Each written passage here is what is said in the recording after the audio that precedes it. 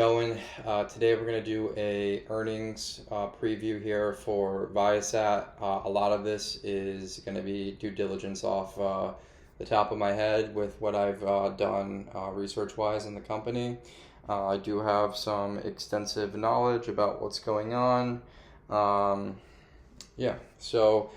I also do have a position in Viasat, so it is certainly an attractive security to me. We have a lot of negative sentiment, right? The sentiment really spans over the last 5 years or so. And, if we were to measure really from May of 2019 to now, we have a 90% drop in share value. Okay, a lot of this has to do with headwinds from low Earth orbit, LEO, satellite, broadband providers, especially with a concept which is direct-to-device, which is seen as a disruptor for the whole entire satellite industry, not just like with telecom, not just with in-flight connectivity and broadband services for rural households that want fast internet speeds and connection. So, from my perspective as an investor, like why do I buy these companies, right? Why would I buy Viasat if it's dropped 90% in share value? Well, we're going to talk about that today. But the biggest reason why is called margin of safety. And it's something that, a lot of institutional investors, a lot of high-level investors have kind of like disregarded as a part of their analysis, just because markets today really move off of thematics, which are just themes in the market. So, AI,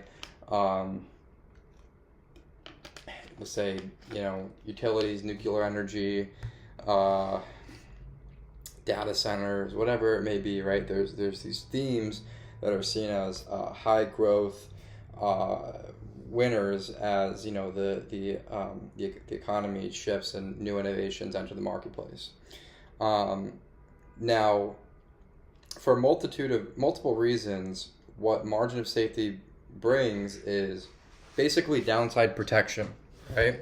So, with the current market cap on Viasat being like $1.2 billion, if we were to take a look at their balance sheet and, figure out, hey, what do we intrinsically think this company's worth if they were to go bankrupt, if they liquidated everything and paid back all their creditors, what would the equity be worth after the fact? Or in another case scenario, if they were to, exit in terms of a sale, what's the enterprise value? What's the valuation? What are companies going to pay to buy all 128 million common shares, right? What's the equity worth in the company? So, when you do that analysis on Viasat, what you realize that it's really deeply, deeply, deeply discounted. Now, the best case scenario is that either option A or B don't happen. But if they were to happen, we're in good shape. Now, that doesn't mean that equity values can't drop lower. The market can do whatever it pleases, right? So, the market cap can continue to decrease, it can continue to have a sell-off, and margin of safety, may create some meaningful protection, but again, it's not an end-all, say-all. But those equity, multiples and really market caps, like they fluctuate, right? And they can revert a reversion significantly up or down, right? So here's some important factors here to look at for Viasat. If we were to look at Viasat institutional ownership as of the day that it is today, being February 5th, we see that they own 132 million shares of what I believe is 158 million. So, if we were to do the math on that, I think it's got to be close to like 90%. I'm trying to see where there's like a percentage here.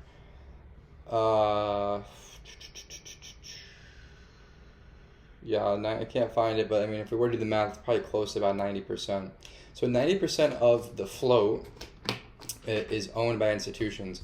Now you might be wondering why, right? A lot of enthusiasm from a retail perspective may have dropped off here over the last 5 or so years, as Viasat's seen as a loser in the innovation for some of the segments are in, like in-flight connectivity, rural broadband, maybe a few others, right?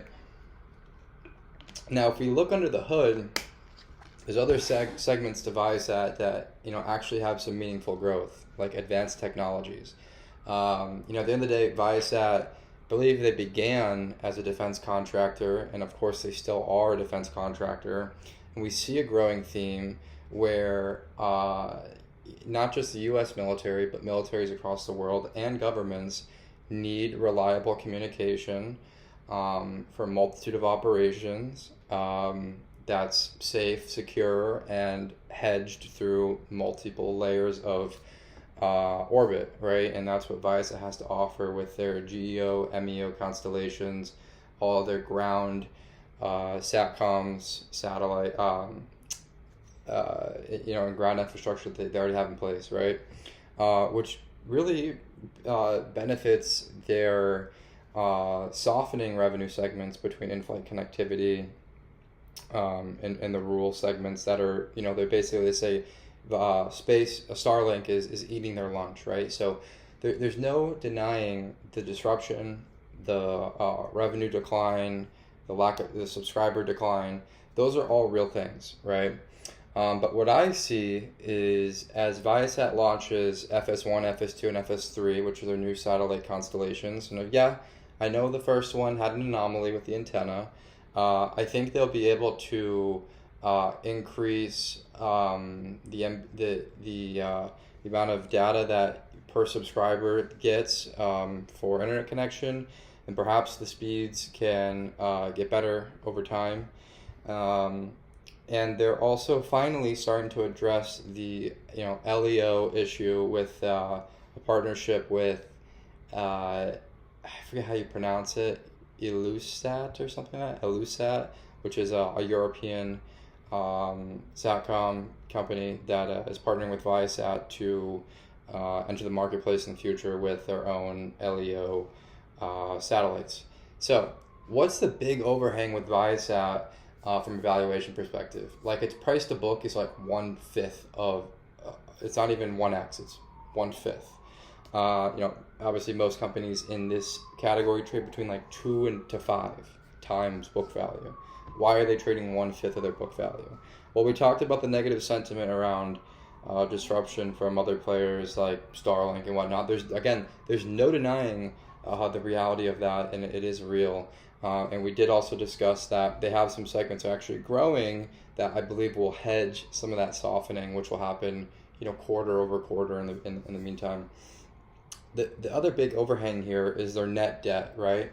Net debt is significantly high through the acquisition of Inmarsat, which happened in 2023. I believe as of now, after their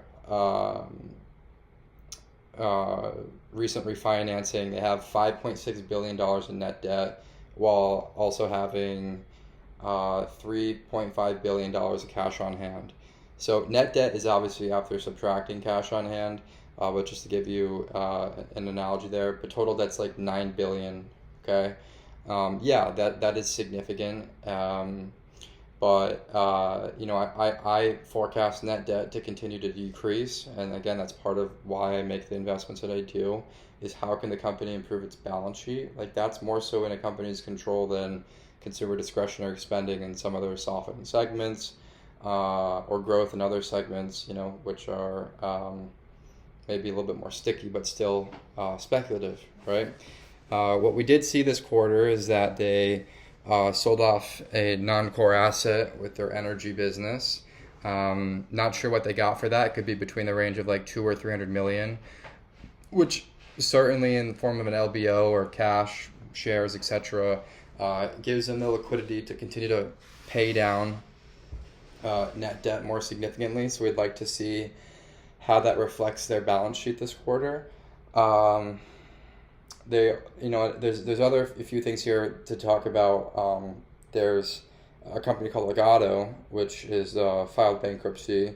One of the main shareholders is JP Morgan. So I think from a legal perspective and what I'm going to discuss here, they have an upper hand. But basically, Legato Networks, Viasat. See if we can find this here.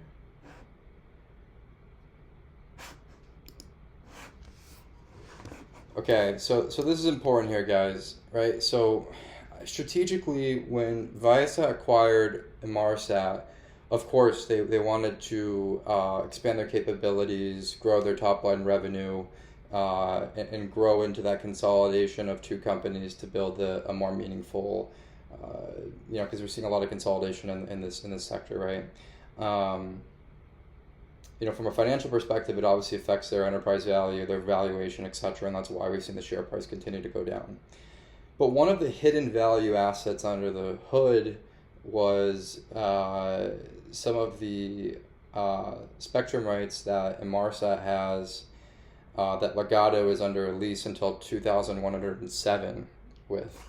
And what we see here is the spectrum is 5 MHz, etc., whatever. I'm not an expert in this stuff, okay, guys? So excuse me on the buzzwords, but basically what we see here is Inmarsat is owed as a creditor $550 million and approximately $80 million annually for the lease right to the spectrum, right? There's another company called AST Mobile. Hey, I have a lot of respect for the AST Space Mobile retail army. They're very passionate, and hey, I definitely view AST Space Mobile as an innovator. There's no denying that, and I'm sure they're going to do well in the future. AST Space Mobile swept in and claimed the rights to the debt on behalf of Legato and plans to pay back through an issuance of their own. I forget how they're financing it. I think there's warrants and then like convertible notes that they are going to use to pay Inmarsat back as a creditor to help Legato get back to operational through Chapter 11 bankruptcy. That's currently happening right now. But here's where it gets interesting. Mark Dankberg, some of the communication from Legato's side mentioned that Legato tried to figure this out prior to going bankrupt, and Viasat claimed there were tax reasons as to why they weren't going to look to resolve the matter up front through some sort of restructure or financing on what's owed to them. And strategically, Legato viewed it as, hey, they're pushing us into bankruptcy because 5G direct-to-device is a part of their future business plans of how Viasat wants to innovate in the future and go from being a stalwart into a growing company again with new segment growth. And AST Mobile, at this point is kind of backstopped the ability for Inmarsat to argue back to have access to the spectrum right that's under lease. And of course, Viasat's going to fight this out. But at this point, especially with some of the recent litigation, it looks like Viasat's not going to get that, which kind of what I talked about before with their LEO plans is going to make it challenging because that spectrum right covers most, if not all, of the United States and would have been exactly how they've been able to operate with their own constellation of satellites. So it kind of creates an entanglement there. And then, one of the satellite experts that I would talk to, I won't mention his name, he said at that point, you're really limited to just EchoStar, Charlie Ergen, I think that's how you pronounce the last name, to actually, lease more expensively spectrum to, have their own LEO constellation, which means less profitability from an earnings per share perspective. So I'm not sure what Viasat plan is there. I'd love to see some sort of an announcement there this quarter about how they plan to move forward with that. A lot of these things are, happening at warp speed. But anyhow, that's what's going on there. Again, there's so many things here to talk about. Those are some of the important things. I will touch on one other thing before I go over some stuff from a technical basis. We know that Viasat, Inmarsat ordered what we'd call mini GEO satellites, which is a new innovation, right? And thankfully, although both are legacy players, they've at least dipped their toes into innovation. They've yet to receive these orders. We could find some information on that. Let's see, we could do Inmarsat mini GEO satellites. Okay, these right here. So why are these important right here? These satellites, which are yet to be given to Inmarsat, would give Inmarsat the ability to bid for these contracts. Space Force Mini GEO $2.3 billion awards. Something like this. Maybe we can find this. Yeah, okay. So Space Force forecasts $2.3 billion in commercial satellite service contracts. One of the main interests is going to be in geostationary orbit, which Viasat and Inmarsat are players in, and more specifically will be these mini satellites, right? Mini GEO small satellites, which are more tactical. So I'd love to see, we internally believe that this segment growth, which would be for advanced technologies, again, would be a huge outlier, huge tailwind, and help Viasat share price re-rate higher. So this is something to take a look at, okay? I don't have too much more information on that besides this, but again, this would be good. I do know that Viasat's backlog is worth about $3.7 billion. I do expect that to grow after the Army contract for $568 million. And some of their the first tasks that they're going to receive from NASA, and maybe some other things that are in writing that they haven't been paid on yet, which seeing backlog growth is good, especially with softening segments in the consumer discretionary side with rural broadband. And I also would maybe argue that in-flight connectivity might beat segment growth estimates because there were a lot of strikes and delays with new planes coming out with the partners that they use in aviation that are fit with their in-flight connectivity devices. And hopefully we see more of those go into operation from last quarter to this quarter. And we see a beat on that segment, which would be great for sentiment considering people believe the world is ending for Viasat's sake, and they're going to go out of business, right? Now, again, from a balance sheet perspective here, and this is what's important because the more net debt reduction, the less risk they have in their balance sheet, the more ability they have to to operate. We do know one big thing is that they're guiding free cash flow positive by Q1 of 2026, which is at this point only 6 months away or so. So we want to see meaningful growth in EPS loss. I think the estimate's 58 cents a loss. So if we could beat that, that'd be great in terms of guiding forward in the future.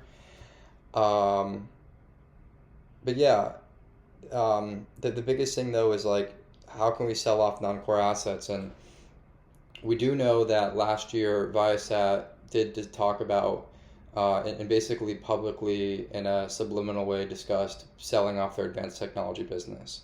And we value that business to be worth about $2.5 to $3 billion. In the event that they're able to, creatively finance, sell that business in one way or another, whether it's a leverage buyout or whatever it may be, that may be, although it's a growing segment for the company, the net debt reduction would be, absolutely significant considering their net debt's $5.6 billion.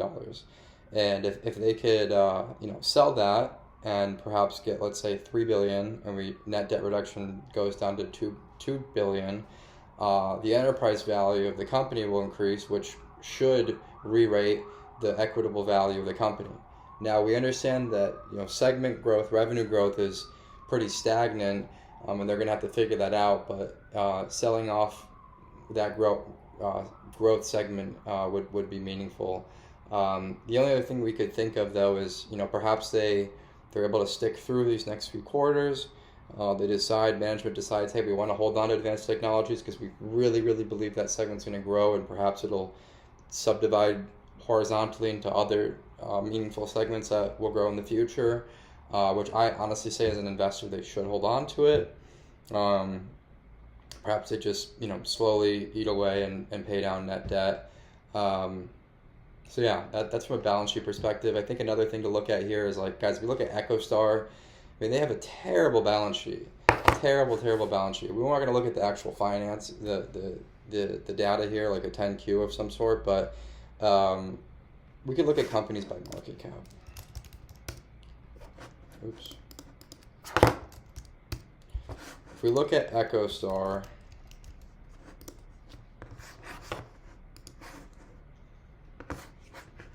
we got an $8 billion market cap, again, comparatively to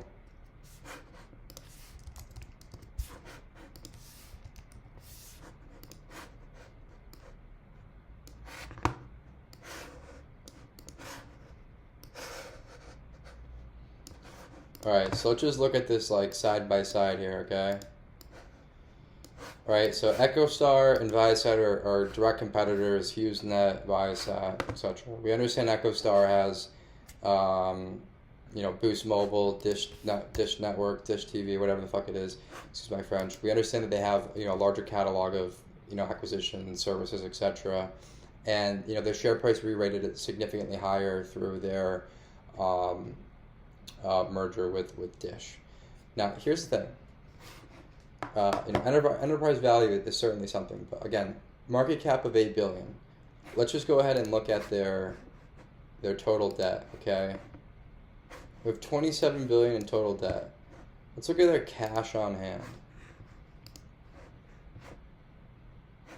$670 million. Right, so they're financing $27 billion in debt with $670 million in cash. We say, okay, well, then maybe they have good earnings. Let's look at their earnings. They've lost $2.5 billion in the last 12 months. Not good, right? I'm not sure what their credit rating is, but one thing I know for sure, the equity value here makes little to no sense. Perhaps they have segment growth in some of their services, but it's probably obsolete because they're in a similar position as Viasat, right? They're seen as a loser amongst some of the new innovators that are gonna quote unquote eat their lunch, right? In-flight connectivity, broadband, cable television, come on. Now, again, let's look at the same thing here with Viasat, $1.18 billion. Okay, one more thing here, let's compare revenue. 12-month revenue. Hold on a second here.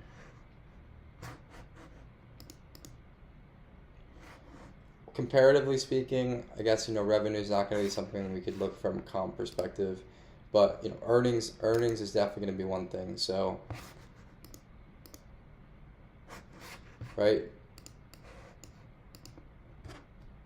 net negative 2.5 billion. We've only lost 400 million here with Viasat. Okay, again, earnings per share on a loss perspective, market cap comparison perspective, without really picking at it too much, really what we come to the conclusion here is just trying to show from a pure multiple valuation perspective that Viasat is significantly undervalued. Yeah, so anyhow, we won't dip too much more into this here. So if we could maybe look at say net assets. See, but the thing here with net assets, it may be the case, but we'd have to subtract the intangibles to really figure out what the the core asset value is here. But anyways, one thing we know for a fact with a lot of retail investors is they'll look at the net asset valuation for in this case Viasat. We'll pull EchoStar away here. If we look at the net asset valuation here for Viasat, someone say, oh, well, hey, $5 billion, so this is the NAV. We have a $1 billion or so market cap. Seems like a good deal. We know that Viasat carries a lot of intangible assets on their balance sheet. I would personally say that some of their intangible asset value is worth more than discounting it to zero, especially with their spectrum rights and some of that other jazz. So anyways, from a balance sheet perspective, without any growth at all to guiding the free cash flow, or positive earnings per share, or whatever it may be, like actually like a company that's profitable and again financing their leverage buyout of Viasat. They're trading at probably, I'd say, half of what their net asset value would be worth if they liquidated everything. So that's like extreme pessimism. And that was the main attraction to me with why I decided to buy into the company. Right? So I do believe that there is a growth story and an innovation story, or a turnaround of some sort. But yeah, that's like the big picture stuff here, guys. Now for this quarter, I expect to see in-flight connectivity growth to slightly beat. Rural broadband's going to continue to get its ass kicked. Advanced technologies is going to outperform. Backlog will grow. They'll discuss the sale of their non-core asset, and again, looking forward to seeing more of that here in the future. I want to say they're going to beat their top line revenue estimate, and they might slightly miss or be neck and neck with the 58-cent loss estimate for this quarter. I want to see CapEx continue to decrease in regards to the new satellite launches. And that's basically it. There's one other thing here, guys, worth noting. Super important. When you have 90% institutional ownership, okay, you are at the mercy of the institution.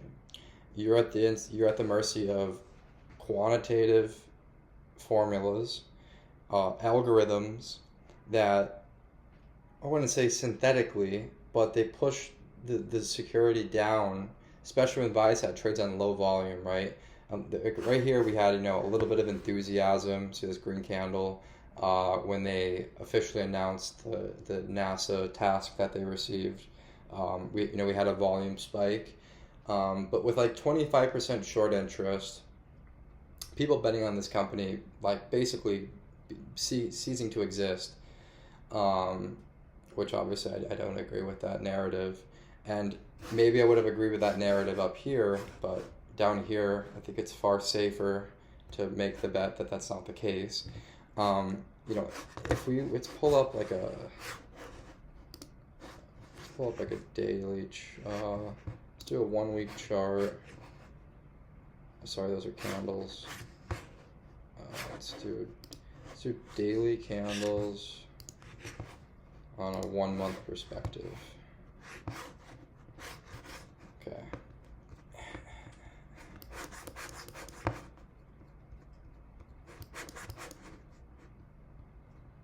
Okay.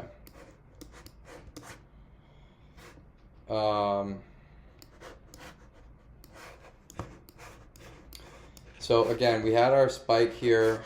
Let's go ahead and take out the brush. So we had our spike up here with the NASA deal getting done, and then heading into this last trading week, we had the DeepSeek. I'm sorry, that wasn't there. Right here, we had the macro sell-off with DeepSeek. Then we had the trade FUD. And then maybe there were a few other things that have happened where it's now consolidated in this range, right? But the whole thing to look at here is, who's doing a majority of this selling here after this extension? It's the institutions, okay? Now they're reading volume from a macro perspective based off of total market outflow. So if IXIC drops 1%, Viasat will shave its position as well, right? Especially again, 90% ownership. So we look at it from a basket weight perspective. Even if Viasat owns like 0.3% basket weight in BlackRock's space ETF or something, those algorithms are going to sell off and risk off as there's negative sentiment from a macro perspective. And it's going to be more dramatic here than other securities because 90% of the ownership is these institutions, which does definitely creates inefficiencies in terms of like what's the fair market value and why is the company selling off visually. It may look a lot worse than it actually is, and I try to stress that a lot. That you are at the mercy of that, but just as quickly as it can shoot down, it can go back up, right? If sentiment changes from a macro perspective, right? Risk on, risk off, especially with small and mid cap, SMID securities. But I would say Viasat is definitely one of the most dramatic in terms of like selling off of any position I've ever been in. Like it's really is it's quite ridiculous. If there was more enthusiasm, from a thematic perspective, like we saw. I mean, guys, just like a week ago, Viasat was a very popular discussed security because it was considered a theme as a space stock in regards to Trump and the inauguration, talking about America, the space economy, going to Mars, and all that jazz, right? Viasat, luckily enough, posted their this announcement like the next day, right? So we got a really good volume off of that theme, and then look. Only a few days later, and we're back down to this consolidation range that we originally were in for quite some time. So if we go back maybe like 2 quarters or so, let's see if we can pull this up here.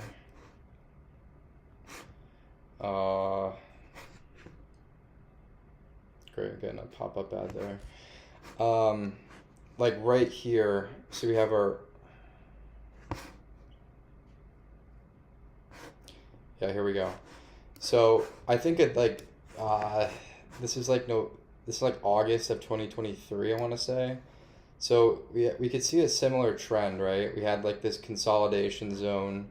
We had, I'm not sure maybe what happened here as to why we swung up. And then we had a push down again. Again, I could see the same thing here. If we were to delete, if we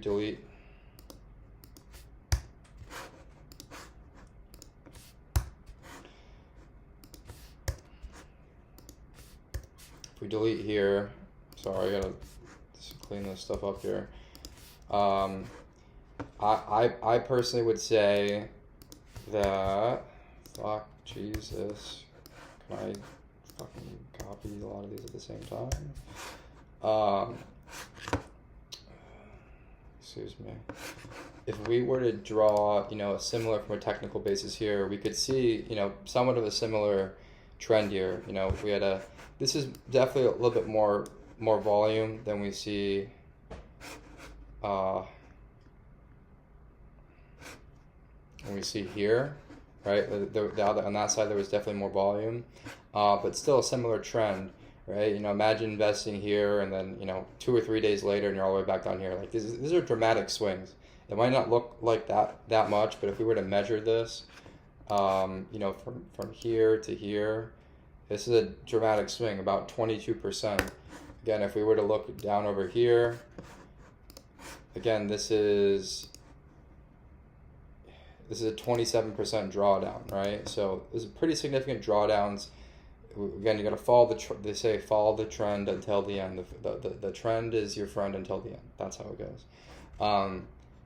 We had a meaningful re-rating higher. See, we got our earnings that happened right here. So they launched, they get their earnings, and then we have this positive upswing, and this is a significant upswing, guys, from let's say here is earnings to here. That's a 68% rise, right? So you never know. If we were to track again, measure over 55 days, so the following 2 months. 68%. Okay, 70% or so. Oh, this is 18 days. We had 55 days. So let's do.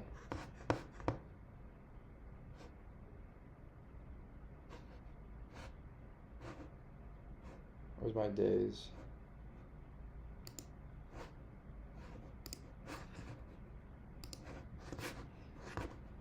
Hold on a second. I'm just going to copy this.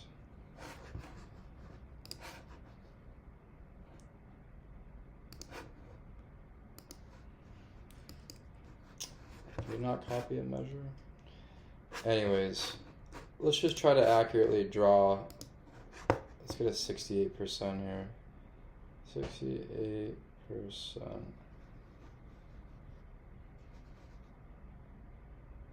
Okay. Guys, if we were to hit 68%, that's going to be roughly like $16 a share. Right now, it's being quite optimistic, but perhaps it's possible to hit this range. My personal price target is it's 15.51. My personal price target's like 15. Obviously, I'd love to see that happen in the next quarter. That'd be great. But yeah, I mean, look.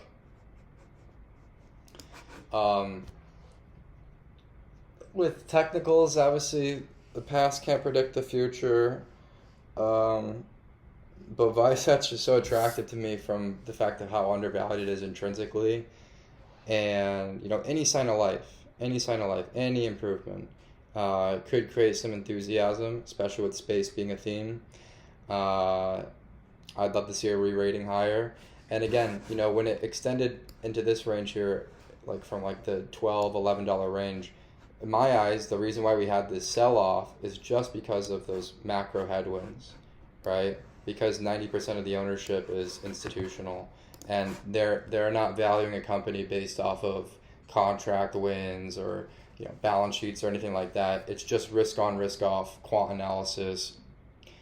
Viasat means nothing. It's just a number in a formula. So that's what we see here.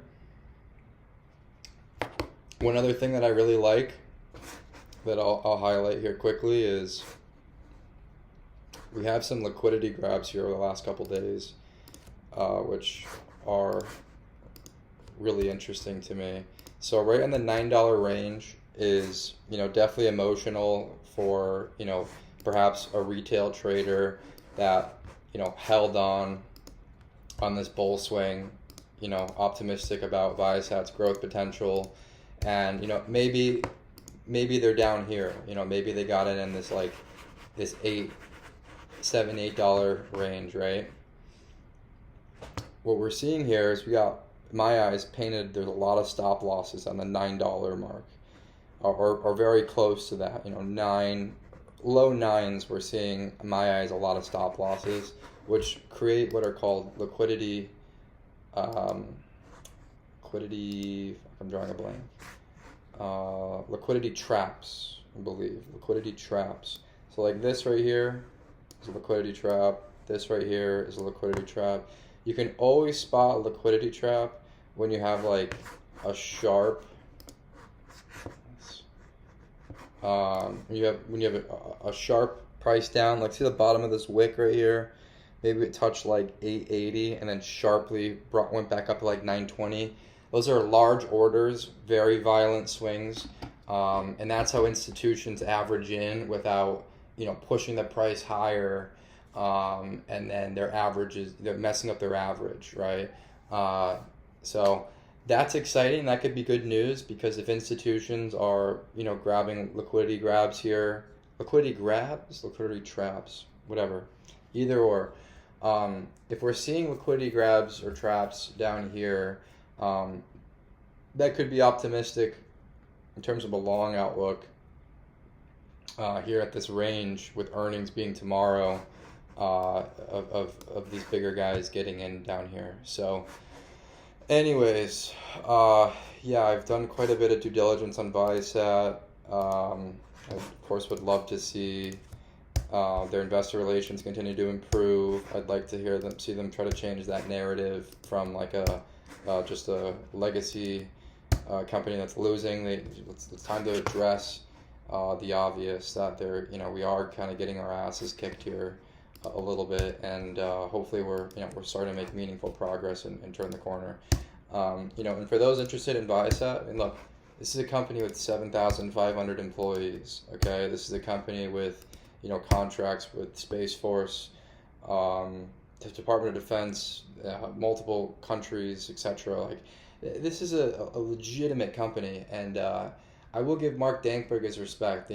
He may not be the best CEO or chairman for the company at this point, but this guy's been an innovator. He's a co-founder. He knows like a PhD level amount on satellites, and how effective they are, and even though there's a lot of innovation with direct-to-device and things like that, there's a lot of things that haven't been solved yet. And anything I've ever heard from Mark on even the innovation, kind of stems back to how Viasat may be better hedged than others may think, and that their existing infrastructure, investments, satellites, etc., will serve a purpose regardless of what happens for them in terms of innovating from a segment perspective. Their existing infrastructure will find a role in the space economy, and I do think that they're gonna turn the corner. They're gonna slowly make meaningful progress, re-rate higher.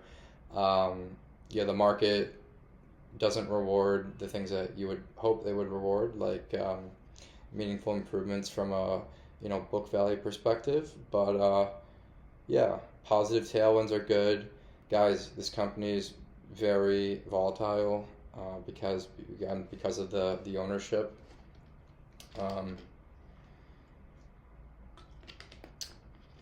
But yeah, just as quickly as it can have a 27% or so drawdown, it can have a 27% draw back up, and perhaps go higher. So that is my observation on Viasat. Again, a lot of stories, a lot of things cooking. Would love to see a good earnings call. It does suck. If it stayed in this range, like if we didn't have a bad trading week with all the FUD with like DeepSeek and the trade wars and all that, and there weren't any outflows from a macro perspective, I think we would have stayed at least in like the 10.5 being the lowest, and 12 range. We would have stayed in that range. And that would have been great, because if the earnings are positive, that extension probably would have helped us re-rate higher to like, price discovery, like breaking out of the overall bear trend here. I know when I traced it back, I think like 17 would be like breaking the overall trend line downwards. But sharp reversions, they happen quickly here, guys. If Viasat's going to show any meaningful progress here from February, March, April, good earnings, etc., new announcements, and we have upside, and you decide to buy down here, the narrative's not going to change overnight, guys. We have significant short interest. We have bigger players at heart here, like the institutions that, in my eyes, are really beating down Viasat. So definitely be careful buying and selling this security. I mean that wisely. Like, think of how easy it would have been to buy here, and then you get trapped and you're back down here. That's a 30% drawdown in like 6 days, right? So, if we can get a reversion to the upside, we can hit this target. We looked at a previous quarter, trace back, trying to get an idea for volume, how much inflow we could get over what period of time. This could be a good setup. And again, from a risk perspective, this range here, guys, is pretty damn close to just what the intrinsic value is for the company. So let's see balance sheet improvement. Let's see segment growth. Let's see a beat on revenue, EPS. Definitely want to look at the management notes in the bottom of the 10Q. Want to hear the investor relation, the call, and would also love to see, continued growth with, the awards and the contracts that they've been receiving. So that's what I got on Viasat. Just if you decide to buy in this range, I think this is a good range to buy. That's my personal opinion. Do your own due diligence if you still feel like you need to after listening to this. And just understand that, like, these ranges, these breakouts are very volatile. Like, if we look back, like, they're very sharp. They don't last long. Like, this is like 2 days. 1, 2, 3, bam. 1, 2, 3, 4, 5, bam. They're very sharp. So just beware of that. You're not buying in these extensions and holding and think they're going to continue to break out. The trend is your friend until the end. The trend is your friend until the end. Right? So, undervalued range, safe area to buy. I've averaged in these ranges in the past. Hopeful, optimistic for some upside here. I mean, guys, from here to here, this would be like let's see if we measure like 930 to that range. Again, 68%. That could happen. That definitely could happen. So, and even if it's a little lower, maybe it's 1450 is the high. But all I know is that when these things peak, they're very sharp. Maybe we retest 12, 12.5, 13 at range. A little bit of consolidation, enthusiasm continues. Maybe there's good macro conditions or some sort of an announcement. We push a little bit higher, but they don't last, guys. They do revert. They do push back down, and this is, in my eyes, this is a trade. Perhaps you're long and you want to add a little weight that stays in there long term. Not a bad range to buy in, but for me, this is definitely a swing trade. But I do like the margin of safety, and if things go the other way, if the price trades down, I'm comfortable owning shares in this range because of the intrinsic value. Okay, that's my outlook on Viasat. Hope you guys got some value out of this. I've spent a considerable amount of time doing due diligence on this company the last few months. If anyone has any questions, feel free to reach out. Earnings call is tomorrow afternoon. That's what we got. Thanks for listening. Bye.